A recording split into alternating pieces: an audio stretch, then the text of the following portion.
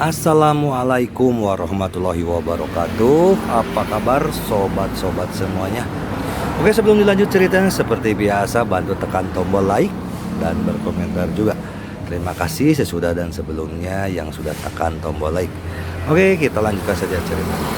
Bab 483 Kelainan Kincang.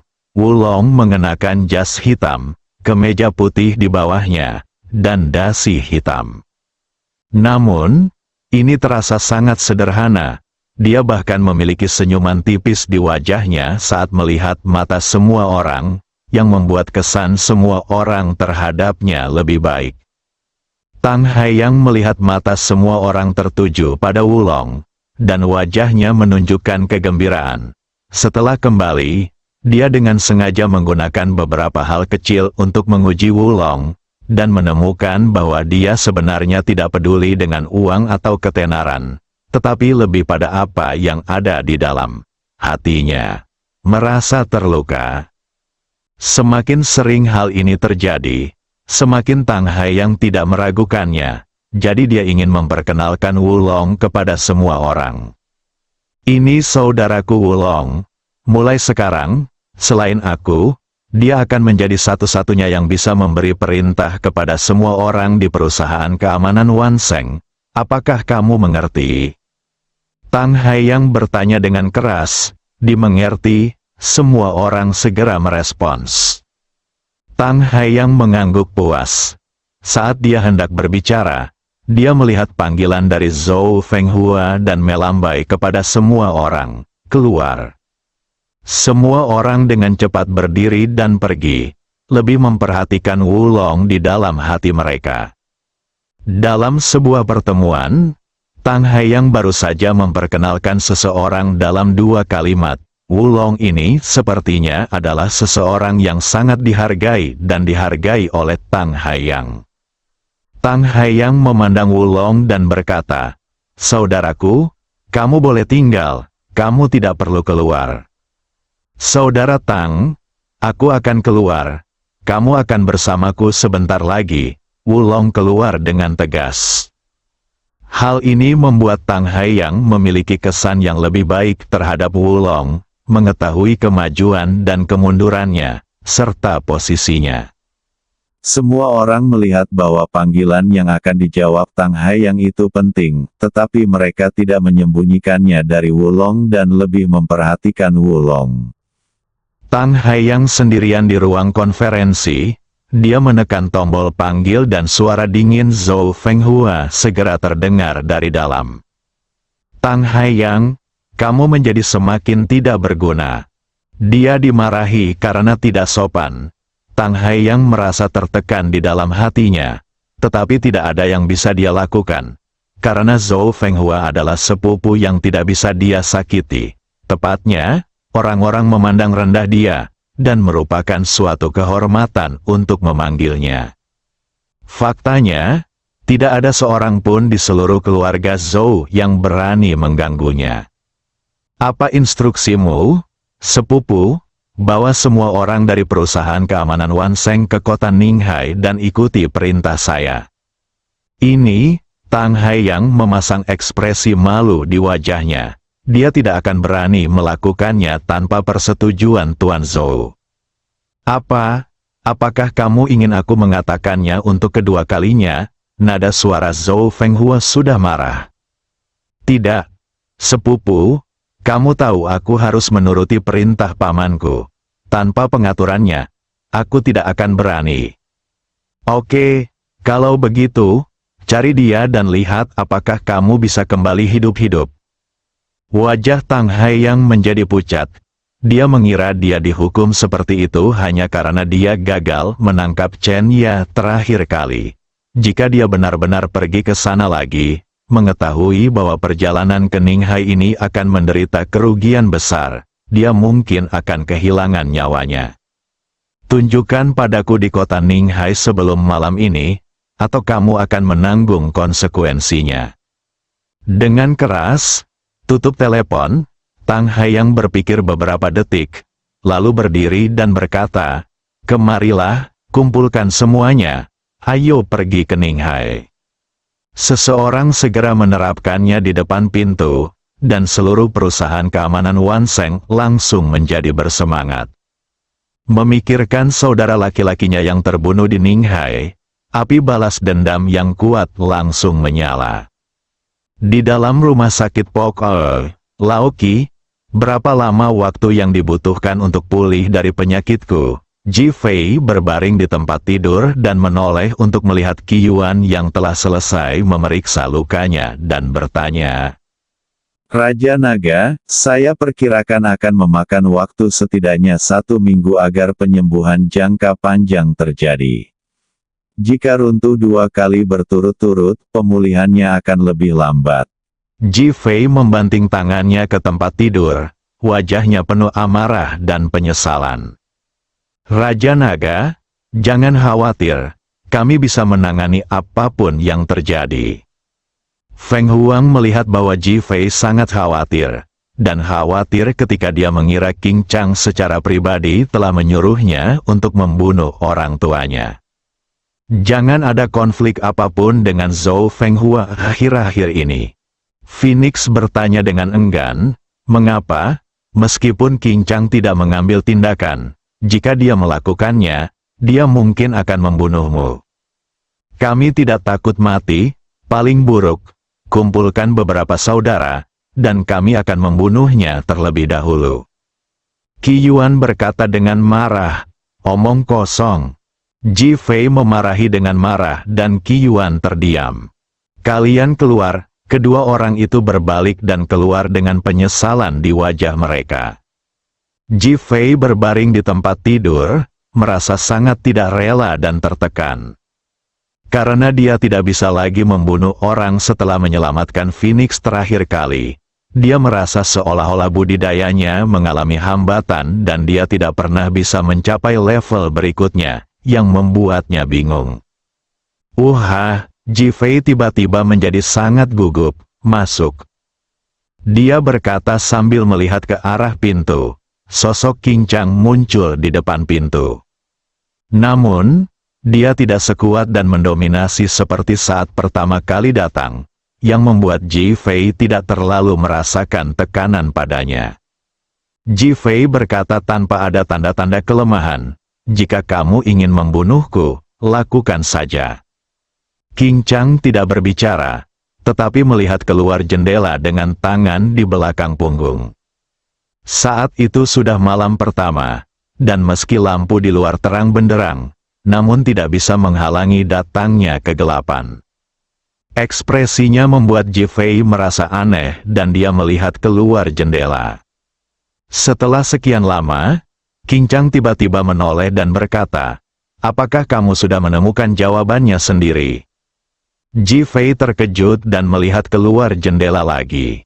Dia baru saja memikirkan banyak hal, kebanyakan tentang balas dendam, jadi dia tidak fokus melihat keluar.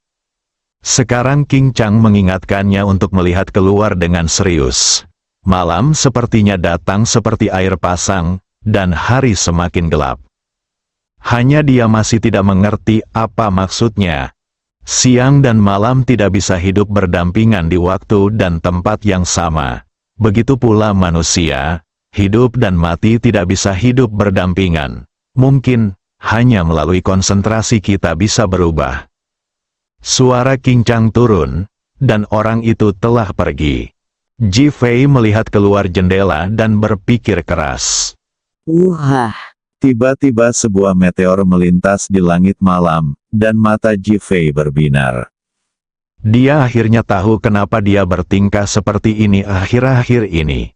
Mengambil jarum untuk mengobati penyakit dan menyelamatkan nyawa sama dengan kelahiran kembali seseorang yang sebelumnya terjebak dalam belitan pembunuhan dan penyembuhan penyakit serta menyelamatkan nyawa di masa lalu. Oleh karena itu, tidak ada masalah saat menghadapi orang biasa, namun saat menghadapi master seperti Qing Chang, celahnya langsung terlihat jelas. Hati langsung jernih, namun, dia kembali mengalami kebingungan. Apa yang dimaksud dengan Qing Chang? Siapa dia? Mengapa ini terjadi? Suatu saat, dia membantu dirinya sendiri, dan saat berikutnya, dia mencoba bunuh diri. Ji Fei tidak bisa melihat King Chang dengan jelas. Ketika Li Ruoxi kembali, dia melihat kebingungan Ji Fei dan bertanya. Namun, Ji Fei telah memahami pengingatnya, dan dia hanya bisa fokus menyelamatkan orang sekarang. Berbaring di tempat tidur sambil memeluk Li Ruoxi. Negara M, di Villa Manisius. Dia sedang duduk di ruang tamu masih memikirkan bagaimana cara memasuki kota Ninghai. Istrinya menghampirinya dan berkata, "Sayang, Julie sepertinya sangat depresi akhir-akhir ini dan sering jatuh kesakitan sendirian. Apakah kamu sedang jatuh cinta?" Manisius bertanya dengan ragu. Sang istri menggelengkan kepalanya, "Aku akan memeriksanya." Manisius berjalan ke atas. Bab 484, seseorang datang dari luar untuk menimbulkan masalah. Di kamar di lantai 2, pena di tangan Julie terus menggambar. Tapi anehnya, itu adalah tubuh manusia, dengan kepala bertopeng. Dang dang dang, ada ketukan di pintu Manisius.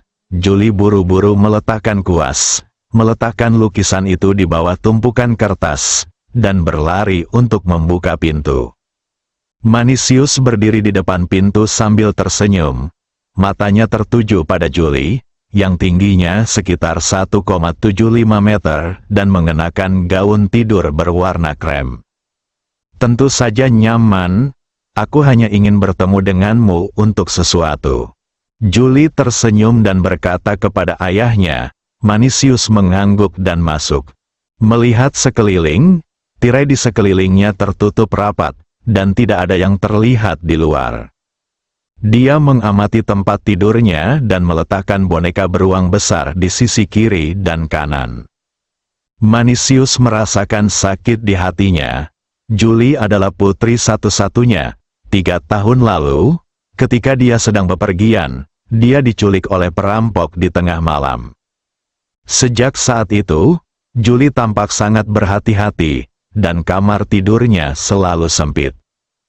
Dalam beberapa tahun terakhir bekerja, meskipun perusahaannya mempekerjakan pengawal terbaik yang bisa dia temukan, Julie masih merasa tidak nyaman, yang membuatnya merasa bersalah dan rumit.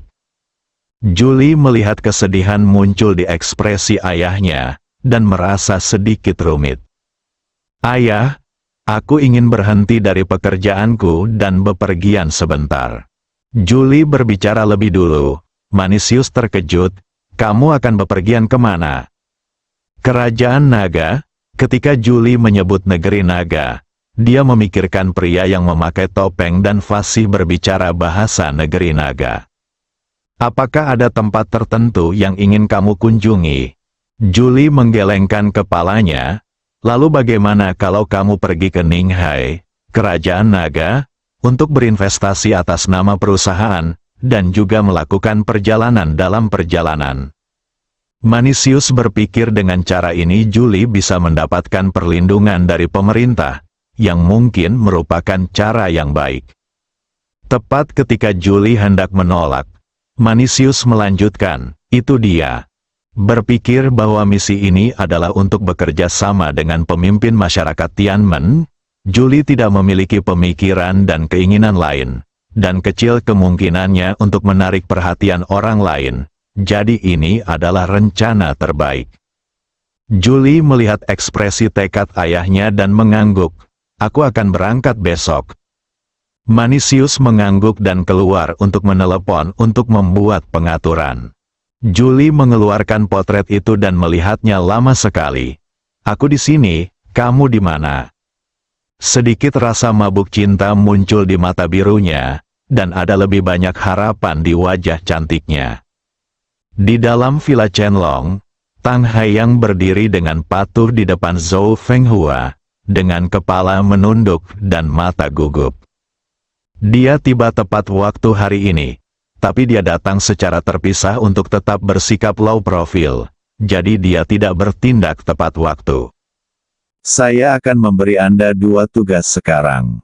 Zhou Fenghua memandang Tang Haiyang dan berkata, Sepupu, tolong beritahu aku. Yang pertama adalah pergi ke perusahaan keamanan Bameng besok dan menantang mereka secara terbuka. Tidak masalah. Bagaimana dengan yang kedua? Kirimkan seseorang untuk memberi giliran pada Chen Ya. Zhou Fenghua merasa marah saat memikirkan tentang keluarga Chen dan kegagalan menculik Chen Ya terakhir kali. Ketika Tang Haiyang mendengar nama Chen Ya, dia menjadi marah. Wanita sialan, saya berjanji untuk menyelesaikan misinya. Saya tidak ingin melihat kebodohan sebanyak yang terakhir kali. Tang Haiyang menunjukkan rasa malu di wajahnya dan segera mengangguk, jangan khawatir. Tang Haiyang pergi, sebuah cibiran muncul di bibir Zhou Fenghua. Ji Fei, coba saya lihat apa yang akan Anda lakukan ketika menghadapi bahaya ini, tidak peduli Anda. Feng Huang atau Qi Yuan mengambil tindakan. Selama mereka bergerak, itu akan memberi saya kesempatan untuk membiarkan King Chang membunuh orang. Dia harus memanfaatkan sepenuhnya bidak catur King Chang. Memikirkan kerjasama manisius, tindakan, konspirasi, dan konspirasi Tang Haiyang pasti akan menjatuhkan Ji Fei dan grup Li baru dan membunuh Ji Fei. Setelah Tang Haiyang pergi, kali ini dia tidak mengambil tindakan segera. Sebaliknya, dia pergi ke Universitas Kedokteran Ninghai, mencari tahu di mana Chen Ya tinggal melalui koneksinya, dan mengirim seseorang untuk mengikutinya sebelum pergi. Sejarah kesalahan tingkat rendah terakhir tidak dapat terulang kembali.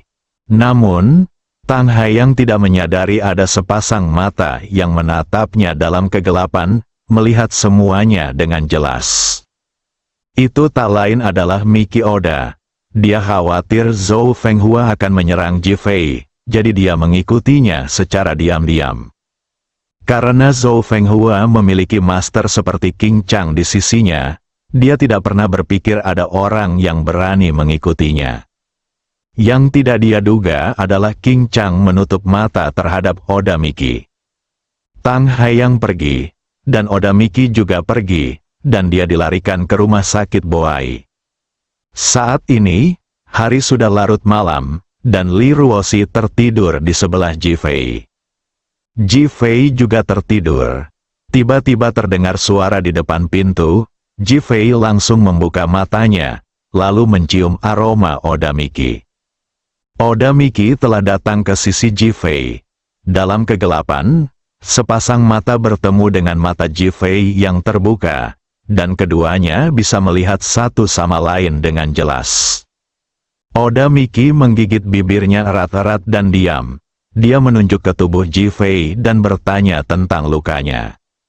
Ji Fei memberi isyarat meyakinkan, dan Miki Oda menunjukkan kegembiraan, lalu membuka selembar kertas dan menyerahkannya kepada Ji Fei. Ji Fei melihat tulisan bengkok di atasnya. Zhou Fenghua mengatur agar Tang Haiyang menyerang Chen Ya. Hati Ji Fei terasa tegang. Dia tidak bisa berkata-kata karena kurangnya keuntungan Zhou Fenghua. Tentu saja, dia juga bertanya-tanya kepentingan apa yang ada di balik keluarga Chen yang memungkinkan Zhou Fenghua memanfaatkan Chen Ya lagi dan lagi. Ji Fei memandang Oda Miki untuk mengungkapkan rasa terima kasihnya dan memintanya untuk bersusah payah membantu melindungi Chen Ya. Oda Miki menyatukan alisnya dan menggelengkan kepalanya karena menolak. Ji Fei tersenyum tak berdaya. Li Ruoxi kebetulan membalikkan badan dan meletakkan kaki giok di tubuh Ji Fei yang terasa sakit, tapi dia tidak menghentikannya. Ketika Oda Miki melihat adegan ini, dia merasa rumit dan menatap tajam ke arah Ji Fei. Ji Fei hanya tersenyum dan tidak berkata apa-apa. Akhirnya, dia menatap Ji Fei untuk waktu yang lama, membuat gerakan membunuh, memperingatkan Ji Fei bahwa dia akan tetap membunuhnya, dan kemudian pergi dengan marah. Ji Fei merasa ribet setelah memastikan Oda Miki pergi. Ninja wanita ini sudah tidak cocok lagi menjadi pembunuh karena pikirannya bingung, hanya mereka tidak bisa. Ji Fei tidak punya pilihan selain mengirim pesan ke Chen Ya untuk mengingatkannya agar berhati-hati terhadap seseorang yang mencoba menyakitinya. Chen Ya di sisi lain sangat senang menerima berita itu, tetapi berpikir bahwa dia telah menyebabkan Ji Fei terluka. Dia tidak ingin dia khawatir, jadi dia berbohong dan pergi ke Longdu dalam perjalanan bisnis. Ji Fei tidak mengambil hati. Keesokan paginya, begitu pintu perusahaan keamanan Bameng dibuka, saya melihat puluhan mobil diparkir di tempat parkir dekat pintu. Ada 4 atau 5 orang berdiri di samping masing-masing mobil, meski dengan tangan kosong, namun memancarkan suasana pertarungan yang kental. Orang yang membukakan pintu perusahaan keamanan Bameng tiba-tiba merasakan seluruh tubuhnya tegang dan ketakutan dengan postur tersebut. Merasa panik, dia perlahan menutup pintu dan segera kembali ke rumah sakit. Yao Guangbiao baru saja bangun, dan Tai Xiong Tiehan serta yang lainnya baru saja menyelesaikan pelatihan. Dokter Yao, seseorang datang dari luar untuk menimbulkan masalah. Pria yang membuka pintu berlari sambil berteriak, bersambung.